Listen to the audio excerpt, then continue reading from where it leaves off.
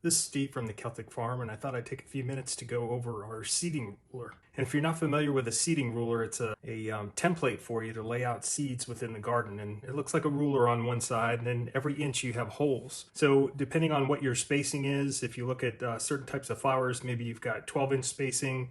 With beets or maybe something like a radish, you're going to have smaller spacing, maybe every other inch, every 2 inches. So it's really nice. And then there's some guides as well to help you, like if you're doing square foot gardening or some other type of gardening. You can see that we've got triangle measurements at 6 inches. We've got ones, the entire width is 4 inches, and then that's split into a 2-inch marker. So it really helps you lay out rows along with a center line. So if you're doing marking along a string to have a nice straight row of vegetables or flowers.